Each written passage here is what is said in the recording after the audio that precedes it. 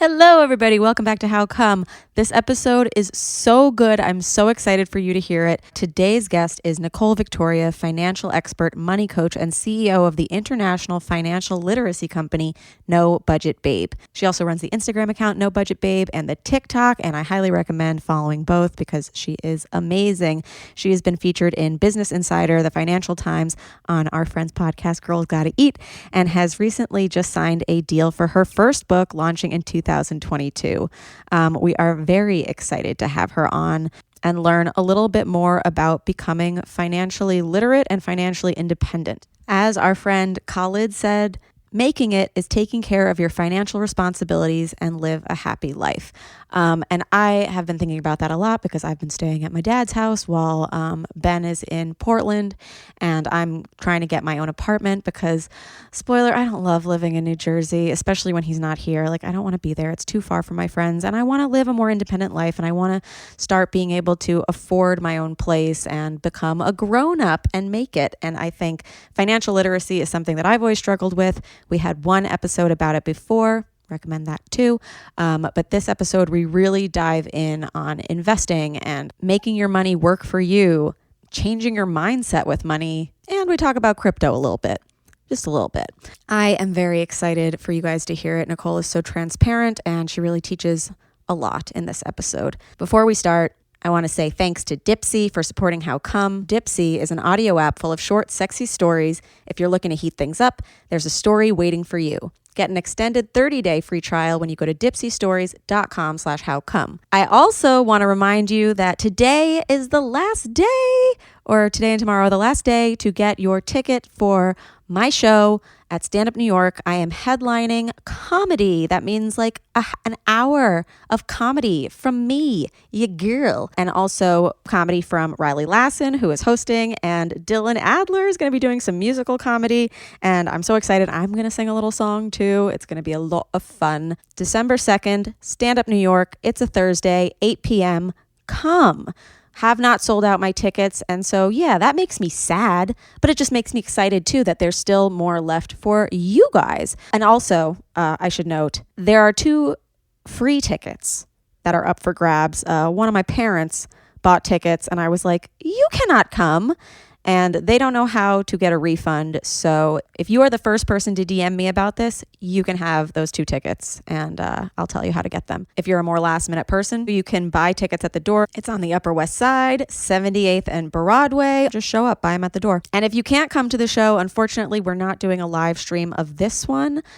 We will try to do live streams of future shows because you guys are everywhere and we want to be able to include you all. So unfortunately, this time, won't have that ability. So I have some other recommendations. If you're looking to get entertained this week, I highly recommend watching Tick, Tick, Boom on Netflix. It is a movie about John Lassin, who wrote Rent, and his struggles getting there and like becoming successful when he wasn't successful for such a long time. It also has a cameo by the late, great Stephen Sondheim. May his memory be a blessing. He just passed away. And yeah, you get to hear his encouraging voice on Jonathan Larson's answering machine, which is so cute and so beautiful. I also started watching The Sex Lives of College Girls. Amazing. Mindy Kaling, it's her new show that she produces, and it's about the sex lives of college girls. And the writing is so good. It's so funny. It's so real. And I'm so happy to finally have a show about college girls instead of like high school people.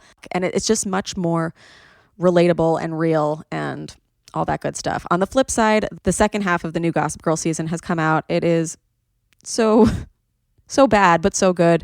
But yeah, I guess recommend both. And also my final recommendation is the Harry Potter Tournament of Champions. I just watched it. Helen Mirren is hosting it, and it's fans competing for their different houses in Harry Potter trivia. And if you are a Potterhead like me and our other companion, Nina Dobrev, you will love this. It's so fun. It's like the perfect mix of like easy and tough questions so everybody can give themselves a little pat on the back. So recommend those. Recommend sending this episode to any of your friends and talking about it with them. See where all your friends are at, because we got to make this conversation more normalized. Sex is not taboo anymore. Money is taboo. This episode is like not edited basically at all because it is that good. We were just like on such a roll, had such a good time. If you want to listen to other episodes that are not yet edited and haven't been put out yet, go to patreon.com/howcome. Everything is $5. We did an amazing episode with Kate Willett about tapping, which is a form of therapy that you can do. We were talking about how tough hanging around family during the holidays can be. And so highly recommend listening to that one before your family get-togethers. I know we were late last week, but you know, and I think you are going to love this episode, and I'm so excited for you to hear it. How come? How come? How come I can't achieve? How come I can't achieve? I'm rolling up my sleeves. I'm rolling up my sleeves. Oh baby, I believe these guests can help. 'Cause I can't do it by myself. I wanna jizz. Hey y'all. We're doing another Welcome back. Welcome back. We're doing another money episode, and this time we've got none other than No Budget Babe, Nicole Victoria. She's here. She's coming. We're so excited that she's coming. Hi. Hi. How are you? I am great. How are you? Amazing. I'm so excited to do this episode. We've gotten so many questions for you. It might go off the rails. Okay.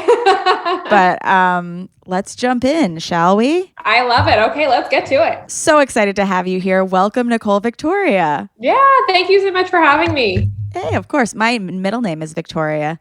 So my mom always calls me Remy Victoria when she's mad at me.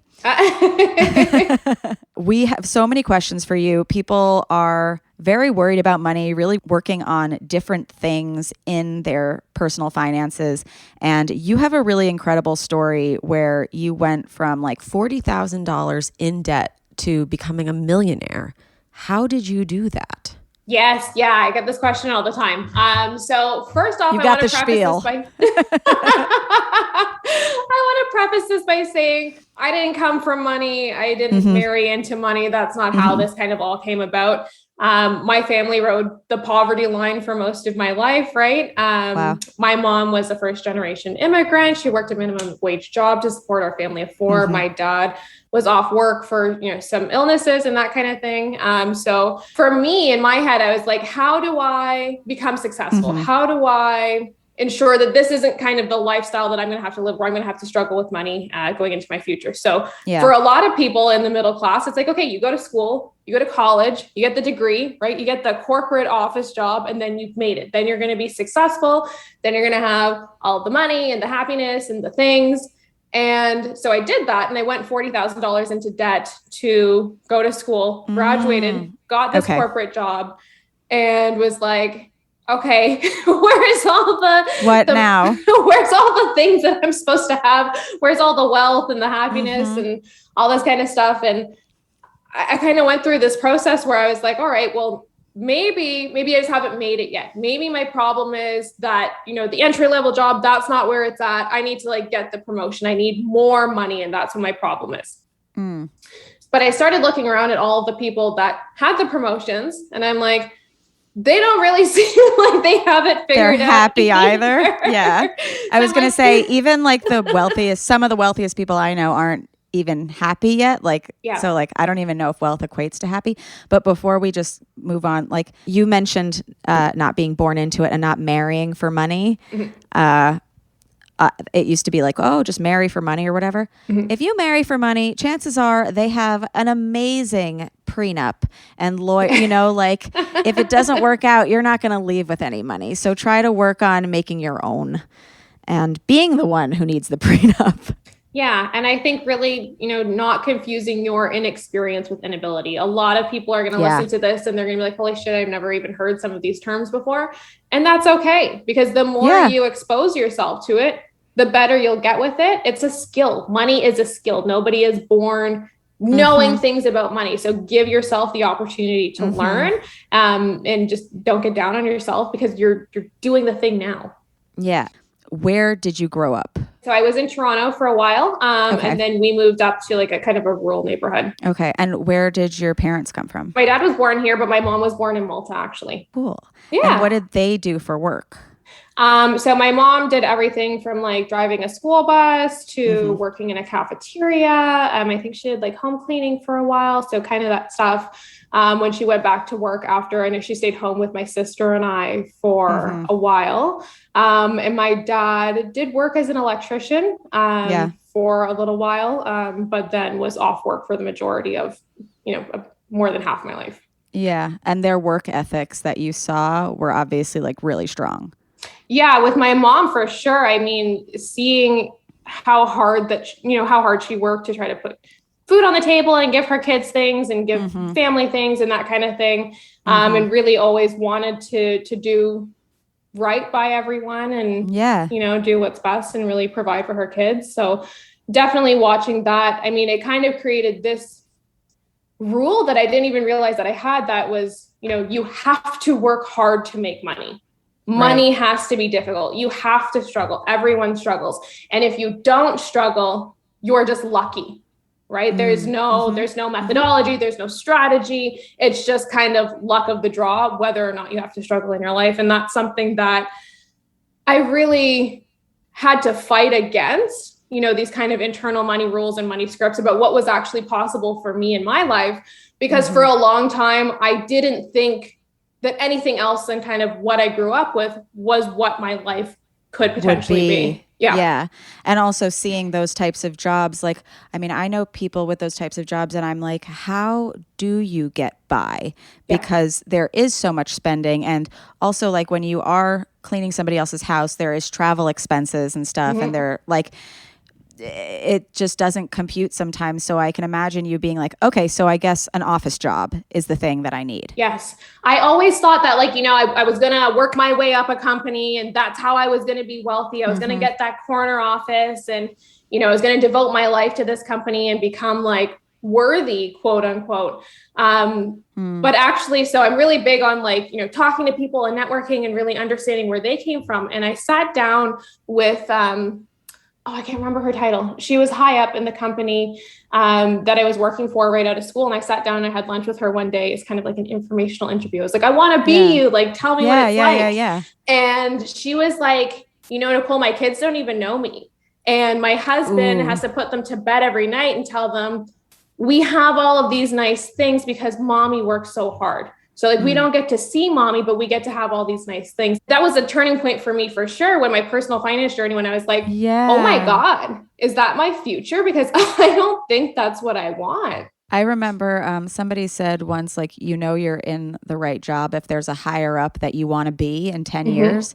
And I had a talk with like the head of operations at this company I was at. And I was like, yeah, I want to be like her. But in the same vein, like she really didn't see her family very much. And it didn't seem like she was super happy. And so it's like, okay, well, maybe not this. What type of company was that? It was a retail company. Okay. Mine too. Yeah. So you had that conversation and then how did you pivot from it? Like what were these epiphanies and what were the changes that you made? Yeah. So, I mean, I kind of had like a quarter life crisis and it was like, who am I? Why am I here? What's the point of anything? I got really big into reading like philosophy books and books on like the meaning of happiness and like Buddhism and Stoicism and all of these kinds of things, trying to figure out what the point of everything was. And I really went back to the fact that traditional advice and that traditional life plan that I thought was supposed to bring me health and wealth and success and happiness actually was not. And, we're sold this path from society, which I honestly just believe is a lie at this point, where it's like, you just go to school, you take on those student loans. It's okay. It's going to be fine. You get your corporate job. And then, you go into debt for your wedding, you go into debt for your house, you go into debt for your car, and you do all of these things, but you'll be happy. And you're just not. And I think that's kind of when I was like, well, if that's not what I'm supposed to do, what am I? And so I think that's when I had to kind of even just break down everything that I believed, everything that society told me, and really start to build up that belief system again. And that's when I realized that the key to success is not in what we're being told to do, but is in really rewriting the way that we think about life. So for a long time. Wait, I love that so much just because we talk about that like in the context of like sex and relationships so often that it's like what you're saying, like you get married and then you have kids and you're happy or whatever. Or, you find one person, like monogamy is something that is sold to us for a very long time. It's like, that's what's going to make you happy. But there are other people who are non-monogamous, and there are, ethically non-monogamous, and there are people who never have kids and they're happy. And like in my journey with like trying to have an orgasm, it's like, well, not everyone uses a vibrator. Some vulva owners need a different type of stimulation. And so whether it's like your sex life, your relationship life, or your money life, it's like you have to figure out what works for you specifically. Yes, so much this. And this is why I have such a disdain for budgets,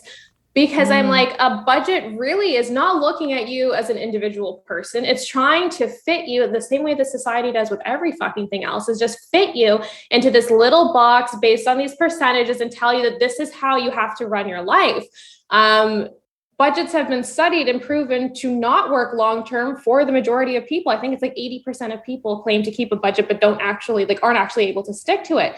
And the thing is, a budget doesn't look at the underlying reasons as to why we are where we are. A budget says, this is the magic pill solution. I refer to them as the diet pill of the financial industry. Yes. Because right? It's like, here's your magic pill solution. We don't need to figure out why. Or a diet in general. Exactly. Which is gross. The diet has never worked for me.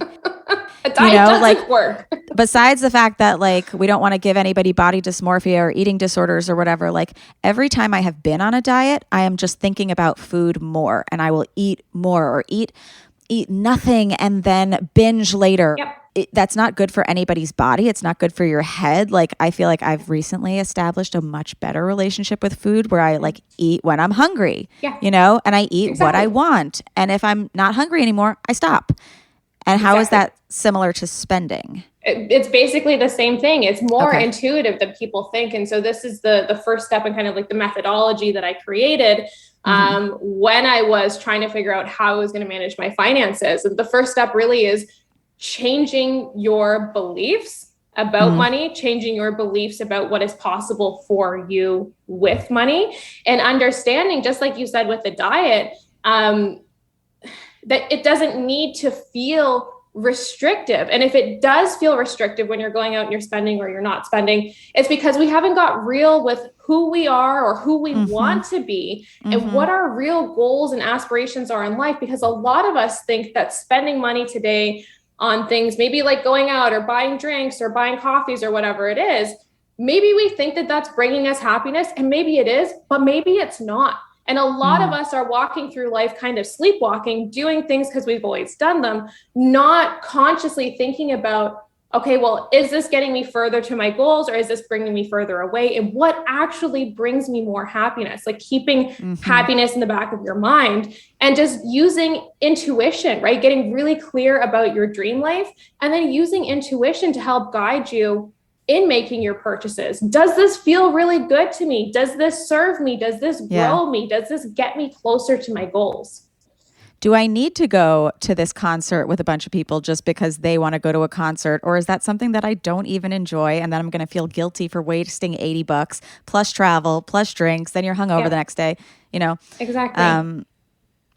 Some people don't need to go on a vacation. They don't even like vacation. Yep. And then you can put that money elsewhere. But so you had $40,000 worth of student debt. Most of our questions that came in were like, how do I get out of debt? Especially student debt. How did you do that? Yeah. So the first thing that I did, I call this my ICE debt repayment method. So the first step is illumination. So we need to get really clear about where we're at, because the thing is, a lot of us think we have an understanding of what our financial situation is, but we don't really know. So first and foremost, we need to get clear about where we're at. What loans do you have? What are the interest rates? Who do you owe them to? When are those payment dates? We're going to get all of that information. We're going to shed light on all of that. We're going to illuminate all of that. And then what I like to do is use a method where we pay off the debts with the highest interest rates first. So I always want to put my money where it's going to work hardest for me. Meaning, what's an interest rate? An interest rate. Okay. So essentially the interest rate is what you are. I'm like, how do I break this down? It's like the most simple term, but it's like, how do you, it's what you're paying or what you're earning based on whatever the value of the account is. That's not a good explanation. But But so with the higher interest rates, it's like you will owe more eventually if you don't pay them off sooner. Exactly. So Right? like the Okay. thought process is like, say you have credit card debt at 24.99% interest, but you have a car loan at 2.5% interest. Well, you're going to pay more, right? 24.99% is higher than the 2.5%. So Way we're going to higher, put the yeah. money where it's going to work hardest for us. It's going to work harder on the higher interest rate. So we're going to put that on the credit card debt first, because we're going to see higher returns, or, more bang for our buck, so to speak. Okay, cool. Yeah. So I like to focus on paying the higher interest rate debts first, and then paying them off in that order mathematically. That's typically what ends up giving you the best result. However, some people prefer what is called the Snowball Method, which is where you actually pay off your smaller debts first. So say you owed like $100 on something and $500 somewhere else and $10,000 somewhere else. Irrespective of the interest rates, they would pay down the smaller debts first. And the thinking behind this is, even though it may cost you a little bit more money or take you a little bit longer to pay those debts off, psychologically, when you get those wins, you get to tick it off. Exactly. You get to tick the box, cross it off. You're like, hey, one and done. So I think at the end of the day, whatever methodology works for you choose, specifically. just pay the debt, right? So if one feels better, I'm not going to argue with you and be like, don't pay your debt that way. Like, no, pay the debt and do whatever feels really good. Yeah. The only thing is like, don't not pay the debts. Exactly. Just pay because the debt. that's going to weigh on you psychologically and financially. Yes, 100%.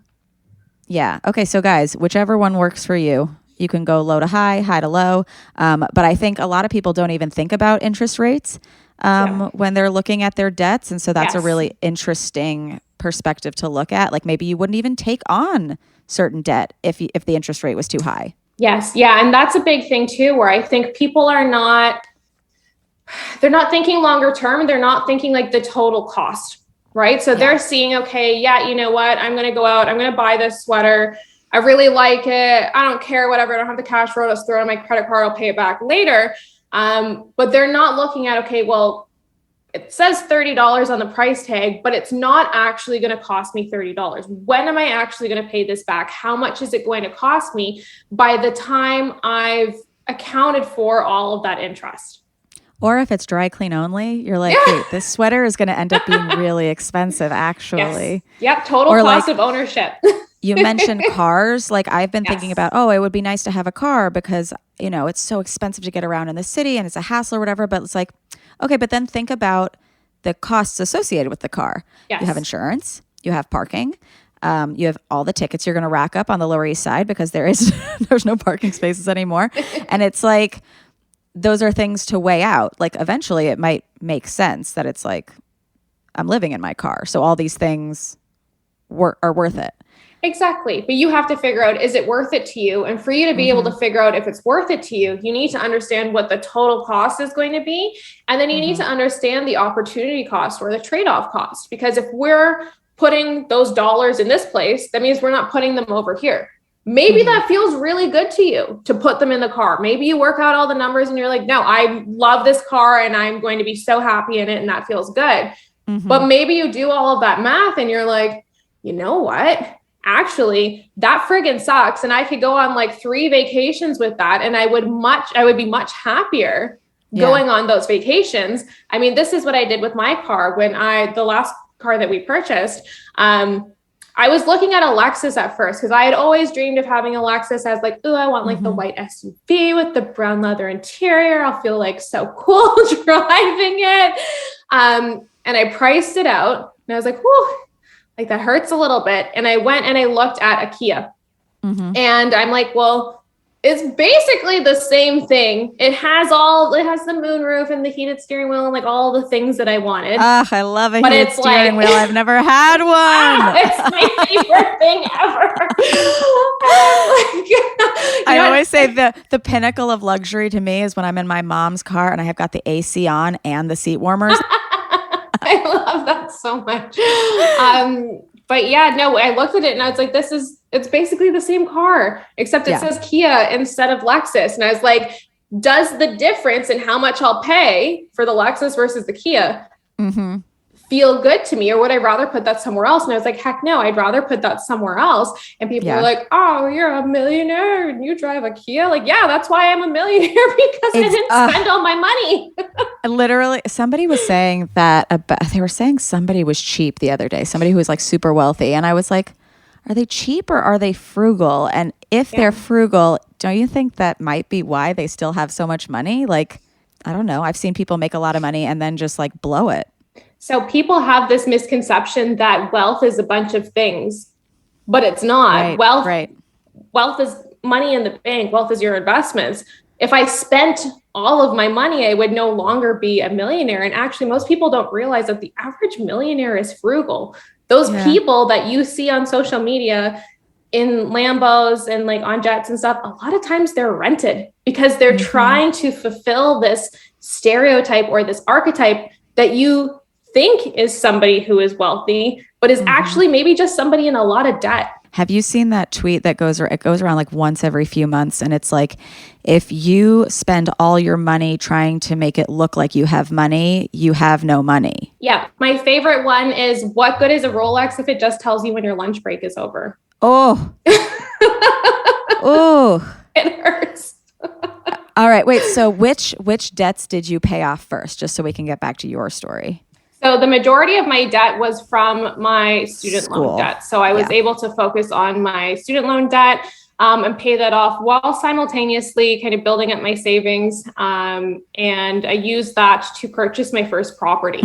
And this is where I really started building my net worth and where things really started changing for me.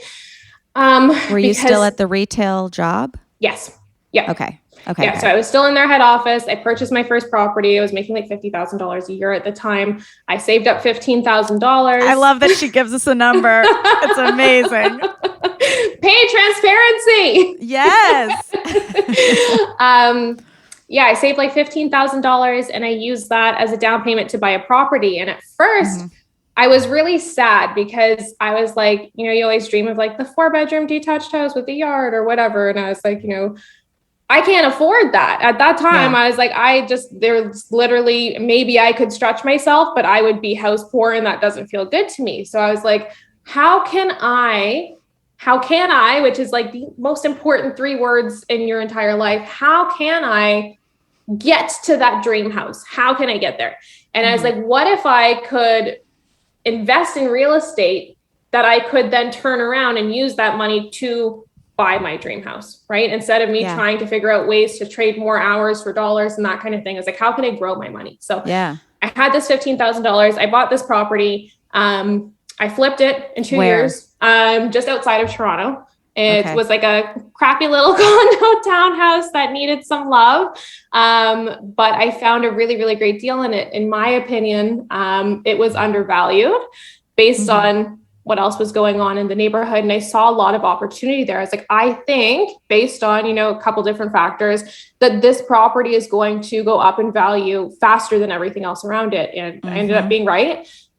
Sold it in 2 years for $150,000 profit. And then was able to roll that up into the house that I'm living in now, which is my dream city house.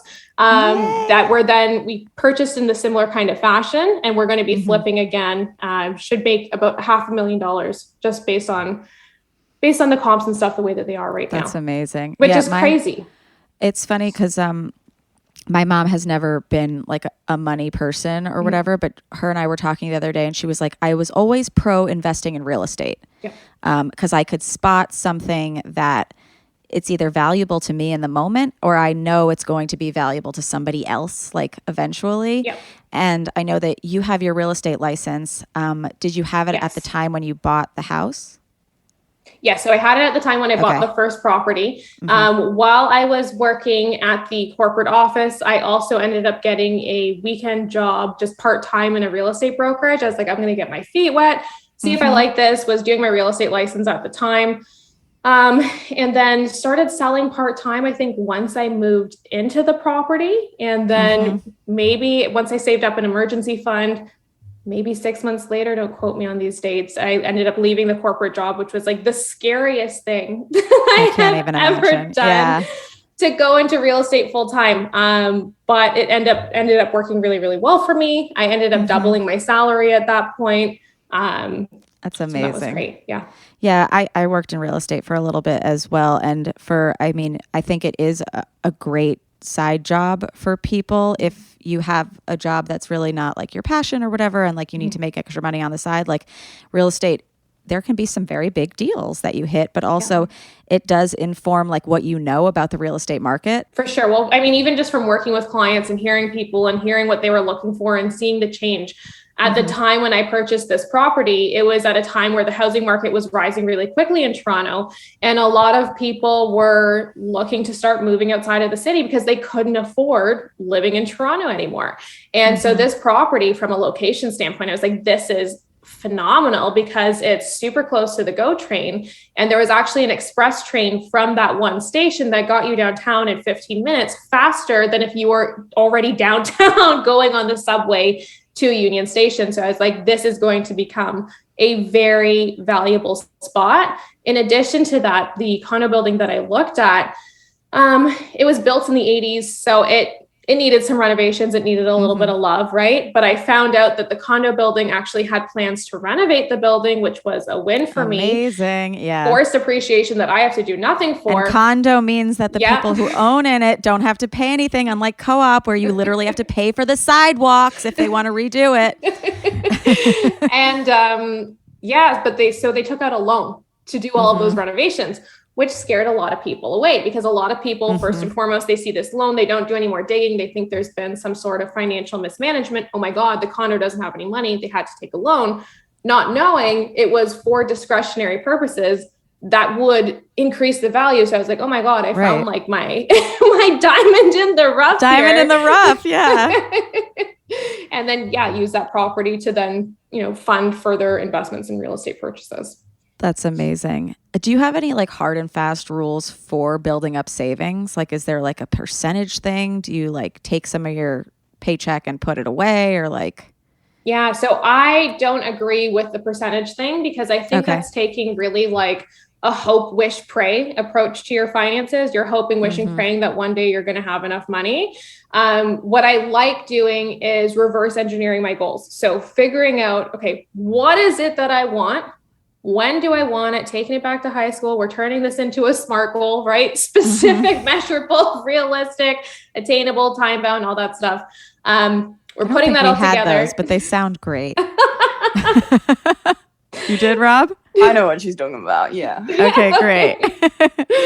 We're working backwards from there. We are reverse engineering them to figure out, what do I need to do today to set me up for that success in the future so that we are intentional about what we're saving? And this way, when you get into a situation where you're like, okay, well, it's Becky's wedding and it's a destination wedding. And I don't know, I had this goal. And if I put money towards this destination wedding, am I going to be able to reach my goal? But if you know the specifics about your goal, it makes those decisions really easy. Okay, well, this is going to push my goal out by 2 weeks. Does that feel good to me? Yeah, I'm okay to push my goal out by 2 weeks if that means I get to go to Becky's wedding. So heck yeah, let's go ahead and do it. Same thing with your debt. A lot of people are like, well, I don't know if I should go to this concert, if I should go out for dinner, if I should do, any number of these things because it's going to push me further away from my debt goal. But they do that without actually thinking about how far is that going to push off your goal and how much does this mean to you today? Because if this is really important to you today, restricting yourself and not allowing yourself to have any fun is not going to yield results for you in the long term because you're going to get back onto that binge restrict cycle that comes along with budgeting. Totally. We never want to limit fun on this podcast, especially sexy fun. Fun that's easy, fun that doesn't really cost too much. And that is something that I want to supplement for you guys in your lives. Everyone needs a fun escape, and those can be really hard to come by right now. So enter Dipsea. Let yourself get lost in a world where good things happen and where your pleasure is the only priority. Dipsea is an audio app full of short, sexy stories designed to turn you on. Listen to stories about hooking up with your hometown crush you never made a move on, or that coworker you always had a little thing for, or maybe a story that puts you in bed with someone who's telling you exactly what they'd like to do to you. Ooh. They release new content every week, so there's always more to explore. No matter who you're into or what turns you on, Dipsea has got you. I have been enjoying Dipsea, whether I'm with Ben or not with Ben. Right now we are apart, and so I need my ear holes plugged with more fun, and Dipsea is there right for me. Lots of stories about group sex, people that I've never hooked up with. I also just like their soundscapes because they help put me to bed, and I'm used to having someone cuddle me to bed. So instead, this is a very good supplement. It's been a really great way for me to help myself get in the mood, spark my imagination, and connect with myself. And there's never been a better time than now because it is cold and nothing warms you up like loving yourself. So for listeners of the show, Dipsea is offering an extended 30-day free trial when you go to dipseastories.com/howcome.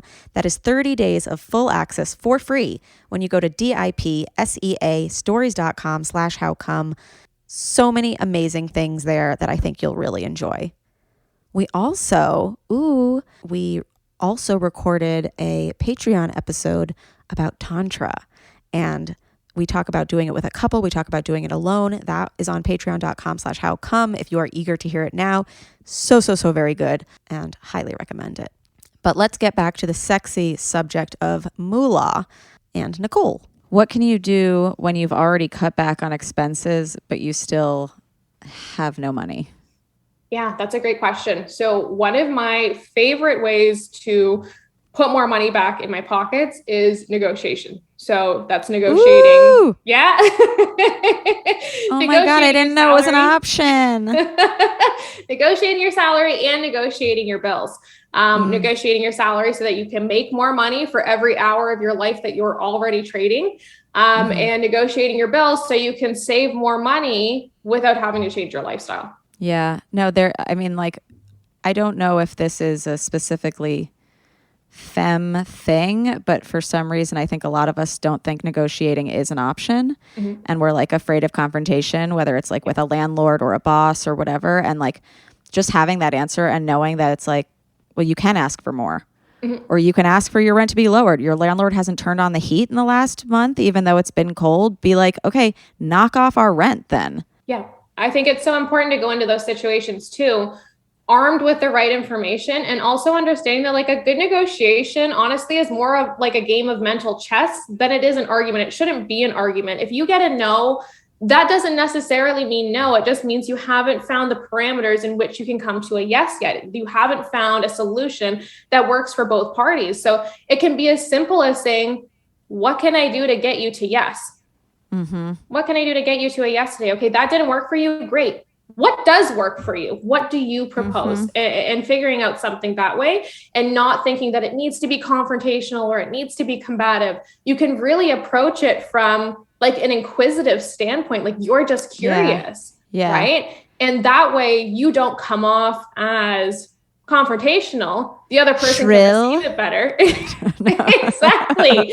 And you can work to a mutually beneficial decision. Yeah, it can be what can we do together? Exactly. Because ultimately, you don't want to lose a tenant. I don't want to lose where I live, or you don't want to lose a worker. We already vibe so well. How can we make this work? Yep.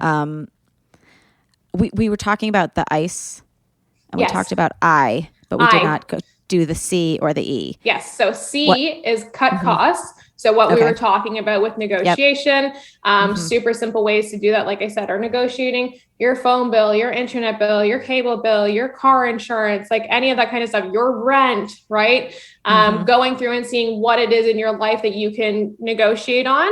Our students in our programs are saving thousands of dollars, so easily just by doing this. So I didn't even realize that I could do this, giving them the right scripts to use to negotiate their bank fees, things where you get an overdraft charge or something like that. And you're wow, that's really expensive. People don't even realize that, sometimes you can call the bank, negotiate with them, and get those removed.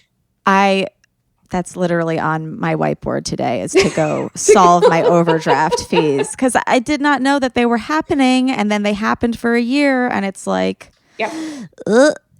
it's better to learn about it and then nip it in the bud than just keep getting these overdraft fees. Yes, 100%.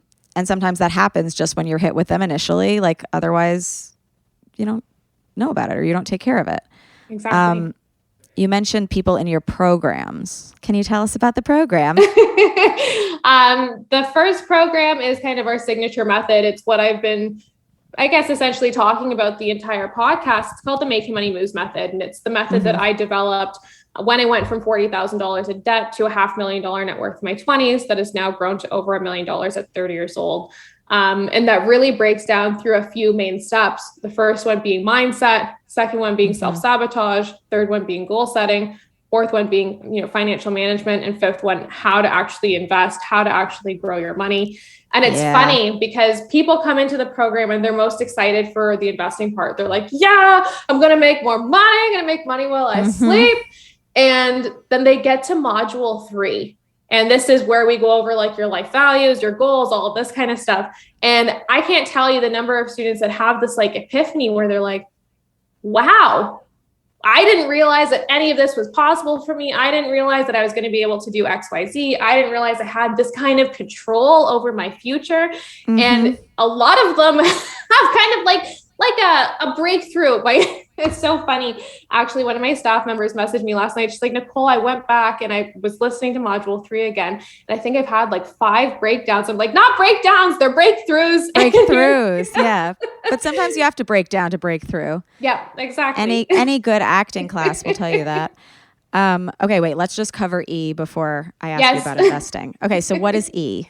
E is, so we did illuminate, cut costs, and earn. So that is focusing on ways to earn more. So that's through negotiating your salary, as we talked about. And that is through other things like, if you have a bunch of shit that's just sitting around your house, that's maybe worth something, sell it. That shit. Yeah. Exactly. What are some Go on other Poshmark.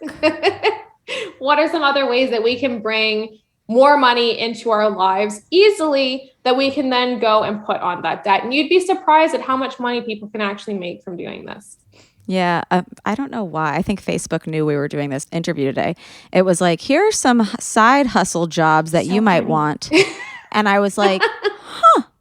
And I was looking at them and like, they're not bad jobs. Like dog walking can make an extra $400 a week. Like that's not nothing. Yeah.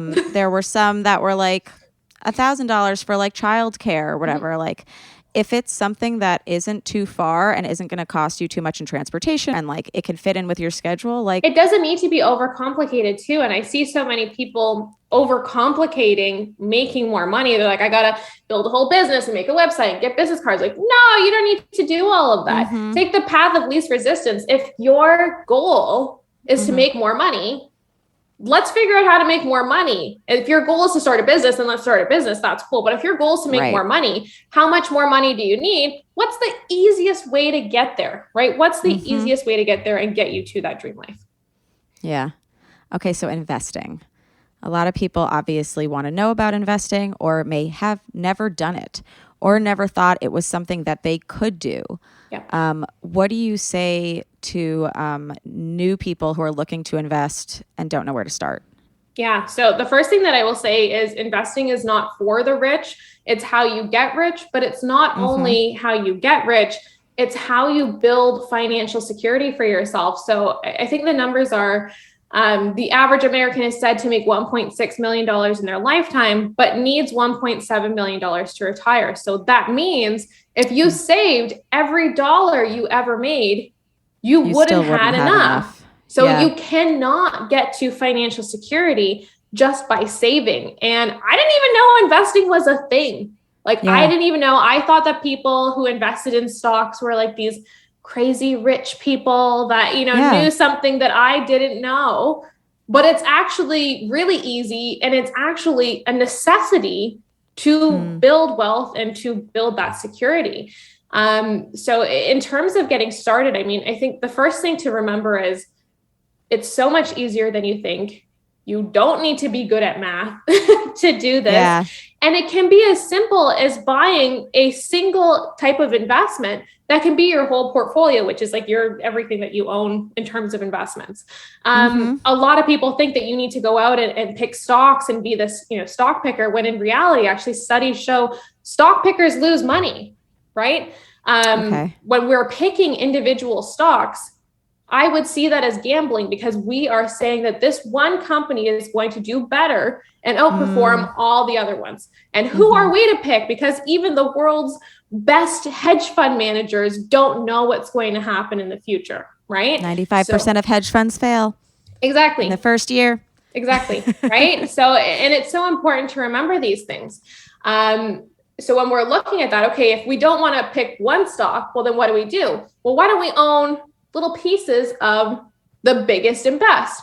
Okay, great. Well, there's say 500 companies that are the biggest and best. Let's say that you want to invest in. Nicole, I don't have money. Yeah. Nicole, I don't have money. The S&P 500. To invest in 500 different companies like that. Great. Yeah. They have these things called ETFs that are baskets of stocks where you own little pieces of tens or hundreds or thousands of companies, depending on what the strategy for that investment portfolio is, where you can own little pieces of the biggest and best just by purchasing a single investment.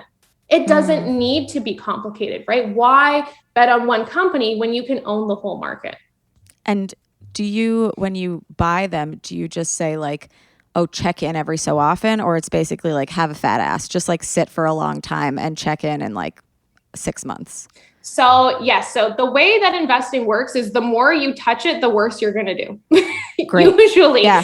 So the best advice that I have. Have a fat ass. That's what my dad always says with real estate and investing, is just have a fat ass and sit on it. Exactly. Leave it alone. When we invest, if you're trying to trade, that's something completely different. If you're buying and selling investments in a short period of time, know that you're likely going to lose money. And it's not going to be successful. And you're going to end up trading a lot of your time for that money, which is not the point of investing. Good investing, in my opinion, is buying something and letting it work for you. How do we do that? Buy your investment and then leave it alone. Exactly what you said. Vanguard did a study. And I think it said, if you leave your investment for 5 years, you have a 1 in 4 chance of losing money. If you leave it for 10 years, it's a 1 in 25 chance.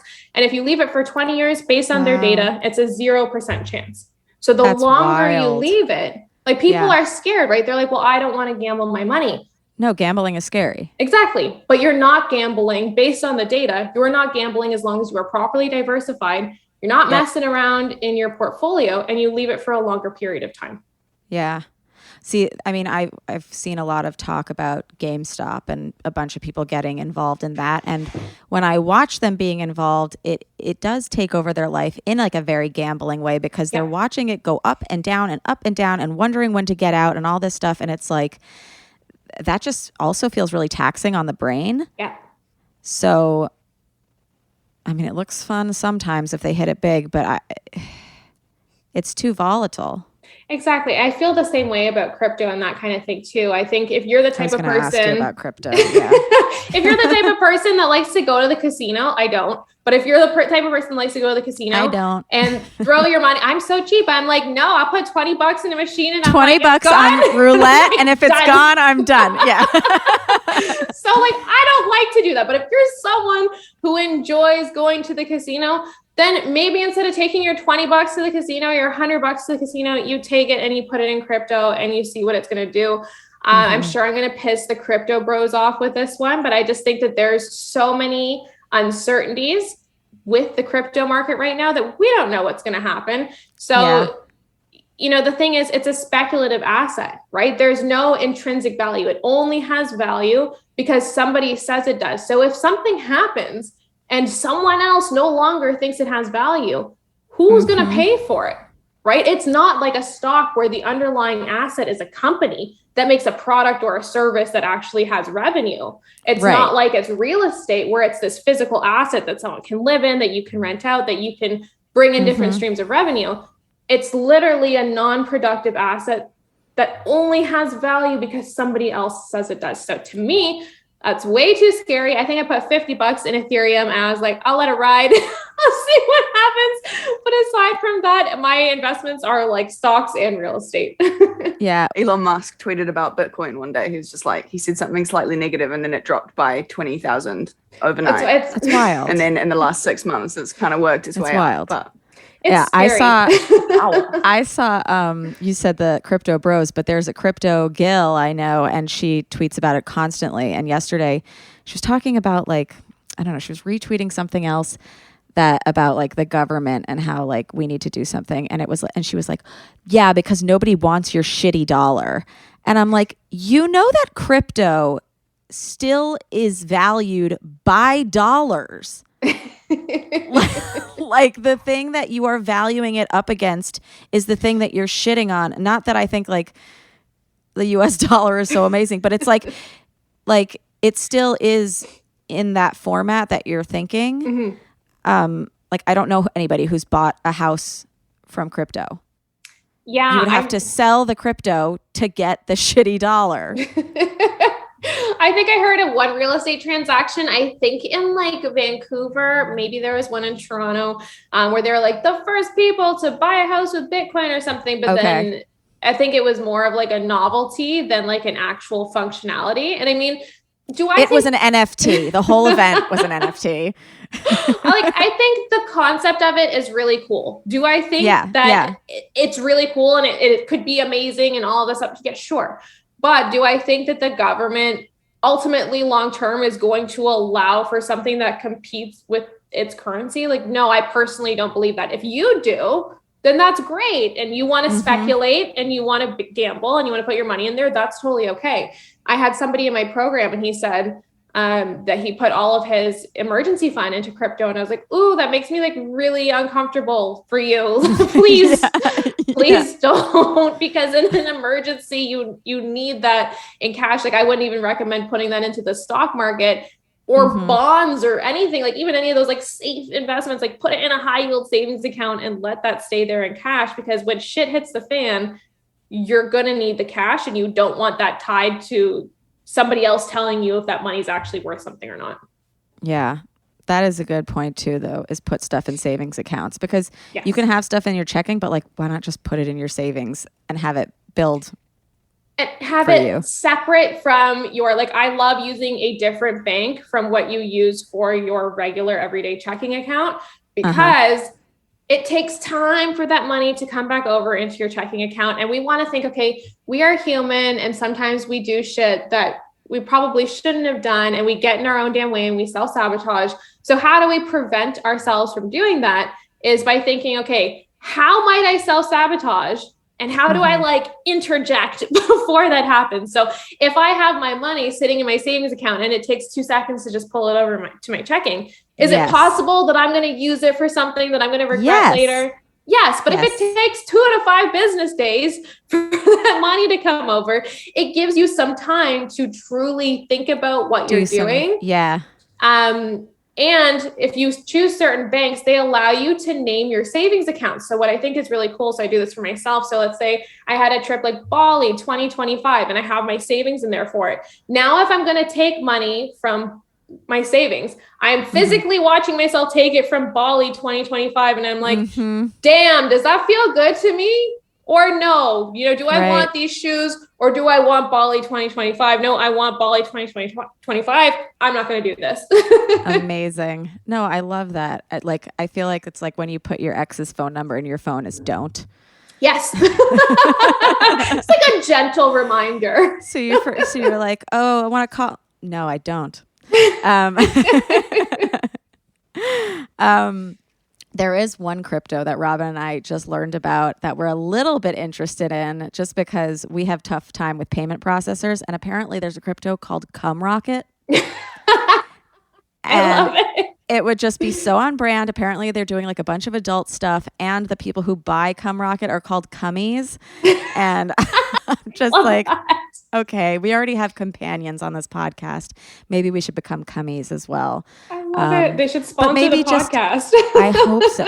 But maybe just like a little bit, like you can put $500 in cummies. Why not? Yeah. And if it goes up, then that's like what you were saying about like gambling and like how we both have that $20 rule. It's like, what are you willing to pay to play? Exactly. And then what are you willing to lose? Yeah. And then once you're done with that payment, it's like, yeah, I'm down for a $500 day just to watch the market. And like, maybe that does excite you. Maybe that is fun. Yeah. then do that. But like, definitely don't like mortgage your house for cummies. No. Okay. I'm going to bring up some of the specific companion questions. Cool. Rob, you put them down here, right? Yeah, they're the ones with the highlighted question marks. How long is this document? Quite long. I watched a whole last thing. You watched the whole last thing. Do you feel better equipped? I do. I feel like I'm going to smash my savings goals. Yeah. That's awesome. More money to spend when I'm there. We have a ton of freebies. I don't know if you guys have taken them, but they're great. That's what I did last time. It's great. Yeah, I love it. Amazing. Which one did you take? I did your Making Money. No, from Broke to Ballin. Take 30 days to 100K. It has a ton of actionable steps in there as well in terms of like what you can negotiate, how you can negotiate, simple money rules, all that kind of stuff. It's really great. Will do. Okay, so this person asked how to invest. I personally use the Fidelity app. What do you suggest? So I personally use Wealthsimple, but it depends on what works best for you. So at the end of the day, you're going to want to pick a brokerage, okay? And that's going to be who gives you access to the stock market. What brokerage you pick depends on what kind of support you want, what fee structure you're comfortable with. If it has an app that you like, if you want to work with somebody or not. The thing is that I just want to like a JP Morgan or something. Yeah, like if you would rather have like a financial, if you'd rather have a financial advisor, does that matter to you? Do they give you access to the types of accounts that you want to use? Do they give you access to the investments that you want to purchase? So I think it's important to think about that. Do they speak in layman's terms to you? Exactly. Because like there's a lot of people who keep it nebulous. And are they transparent about their fees? Yes. So that's a huge one. And what I will say is in terms of financial advisors, a lot of people have this belief that a financial advisor can make you a better portfolio than you can make yourself, that your money is safer with a financial advisor. And I don't believe either of those things to be true. And actually the data supports. I'm a very data-driven person. I don't make a statement lightly. And we love data too. Yeah. So the data supports what I'm saying, right? The thing is, I think there's a lot of like gatekeeping in the personal finance industry. Totally. And these financial advisors make people think that it's so difficult that they couldn't do it themselves. But in actuality, it's really, really simple. And the studies show that they're not making you a better portfolio than you can make yourself. And I think the numbers are 92 to 97% of like mutual funds don't actually beat the market. So usually that's what a financial advisor is selling you. They're selling you mutual funds, which are similar to the ETFs that we talked about, but they're a lot more expensive. And you may think, okay, well, Nicole, they're only like 2.5% or 2.75% or whatever it is. That seems really small. Know that they take that money whether or not they make you money. Right. And just as your returns can compound for you, those fees can compound against you, right? So depending on your contributions and that kind of thing, there's studies that show just a 1% increase in fees could mean 10 years less in retirement income. So while we're focusing on getting a higher return and making our money work harder for us, we should also be focusing on ways to reduce those expenses so that it doesn't eat into our returns and all of that kind of thing. Yeah. At the end of the day, I think my returns this year are like 30%. So that's not normal. That's astronomically high. I mean, I would say on average, you can expect somewhere around 10% if we're taking the average return of the S&P 500 over the last 100 years. But when we look at your returns from JP Morgan, you're saying 15%, but then it would be like, well, okay, well, what's the fee? And how much are you actually getting? And there are fees involved. Exactly. Yeah. How do 401ks and IRAs work? Or what is the difference between an IRA and a Roth IRA? I think this is a double part question. Yeah. So a 401k is an account provided to you by your employer that you can use to invest.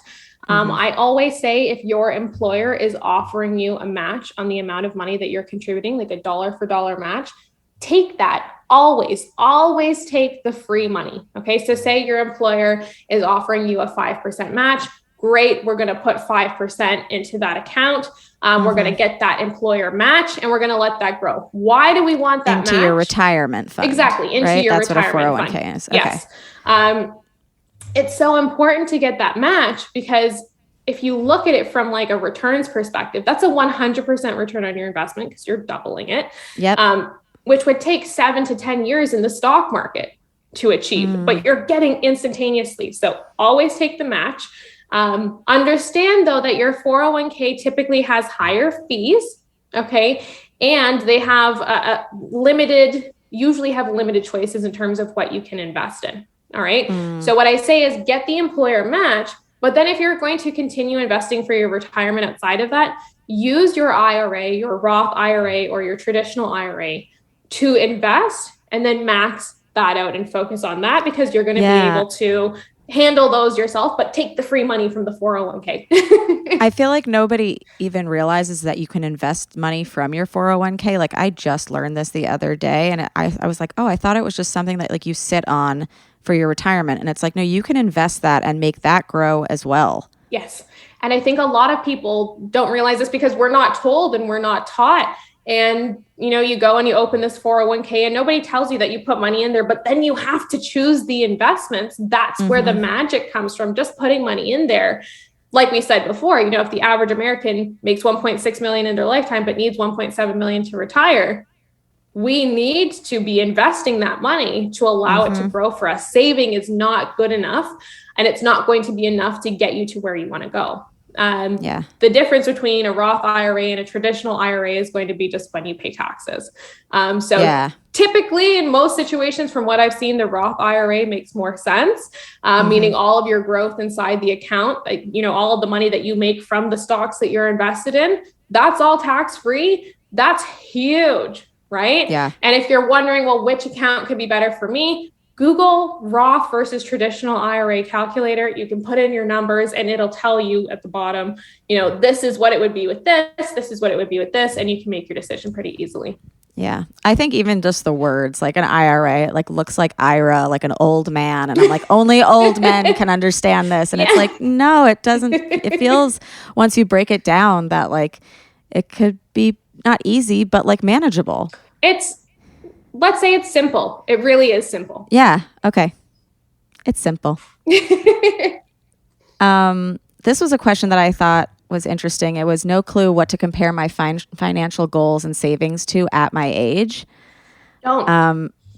Yeah. Just don't do that. Stop comparing yourself to other people. You don't know where they started from. You don't know what their goals are. And this comparison is going to steal all of the joy from your life. Compare to yourself. Compare to where you want to go in the future. As long as you are growing, no matter how small those steps seem to you, as long as you're taking steps in the right direction, you're taking steps in the right direction. Like don't poo-poo all over yourself. Yeah, I had a yoga teacher who used to walk around going, compare and despair. And I was like, you're right. You're right. She's more flexible, but I'm more flexible than me last month. Exactly. This one was, I'm working on sticking to my budget for food. Takeout is way too convenient. Can I just say, buy lean cuisines, like buy frozen meals, just stuff that is easy to keep around. I don't cook. Like I know a lot of people are like, yeah, just cook. Food rots. Yep. Figure out what works for you. Start going to Dunkin' for breakfast or like buy a bunch of eggs and make a hard-boiled egg every morning. You know, like just it doesn't need to be complicated. Like definitely don't do takeout. Takeout is like $30 every time it happens. Yeah. And it's too much. No, it's crazy. Unless that's like really bringing you joy and you feel like, okay, this makes sense for me. I understand the trade-off costs, cool beans. But at the end of the day, I think, like don't overcomplicate it. If you know you're not going to meal prep on Sundays and make all the meal and do all the things, you're setting yourself up for failure. Like for a long time, I stopped buying like fresh vegetables because I was like, I don't use them in time and they just go bad. Just throw them away. So buy frozen ones. There's nothing wrong with that. Like do what works for you. Don't do what somebody else tells you you have to do. just do what works for you and gets you to your goal. Frozen cream spinach the other day. I love you guys. Highly recommend. Or just like canned vegetables are really good too. Like little canned hearts of palm. I told Robin about hearts of palm. She's never had one. There's a bunch of things that she needs to have once she comes to this country. I love it.